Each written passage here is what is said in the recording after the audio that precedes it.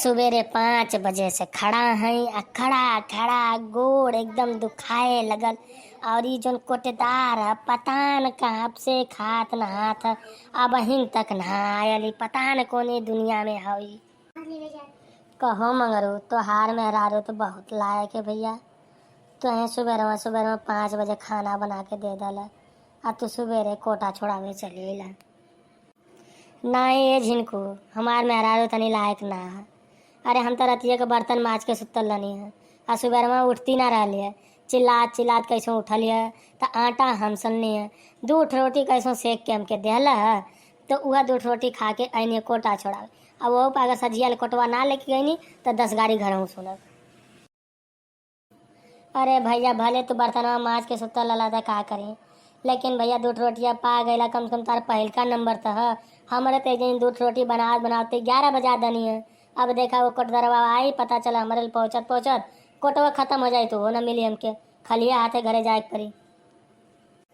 अरे भैया तो 2 रोटियों खा के आलवा। हम तो ससुर बसिए मुँहे आले और रतियों का हमारे मेरा खिचड़ी बनौले रहे। खिचड़ी खाले हमार तो भुक्कन परान निकलत है। हम तो सोचे थी कैसे अनजवा मिल जाए। हम तो ये नशा में नहीं भागल कि सुनने की योगी या मोदी का झोला जाता। हमारे मेहरुआ रतियस का पार खैले रहे कि जा झोलवा मिले जा झोलवा मिले जा झोलवा मिले, झोलवा मिल जाए तो बाजारे हाटे जाइबा आइबा। हम तो झोलवा के माले ढेर है नहीं कैसे झोलवा मिल जाए हमके। तो उनके तो मेहरारू 2 रोटियों दे दनी। हमारे मेहरारू तो डंडा लेके खड़े रह कि आज ना राशन लेके अला तो मार के तोहार गोड़ तोड़ दे। हम बुजुर्ग मने राशन कैसे लेके जाइब।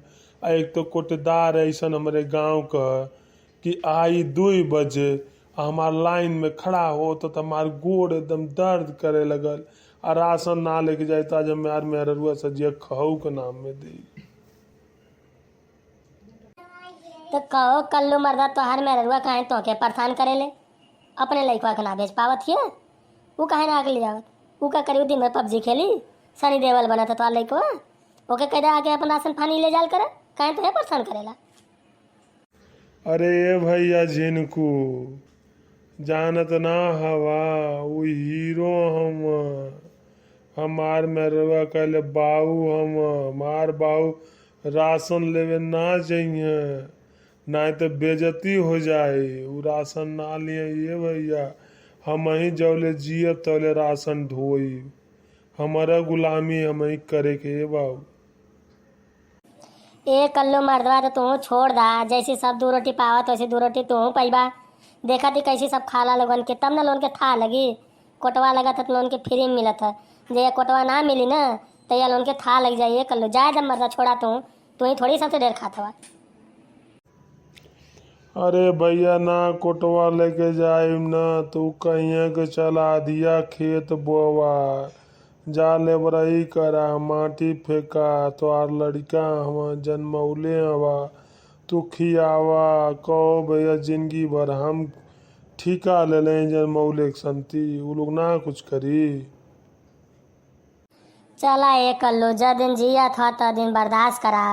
और घर घर का यह कहानी हो कल्लू, सबके घरे तू है क्यों घरे क्यों नहीं खका सबकर हुआ हालत है भैया। चला जाएगा आ गए ना ये भैया कोटेदार आ गए ना। आवाल तन की आगे आगे घुसुक जा आ ले लाइन का टाइम हो गई लो 2:30 बज गल। आ देखा क जनी के बांटत हुआ कोटा।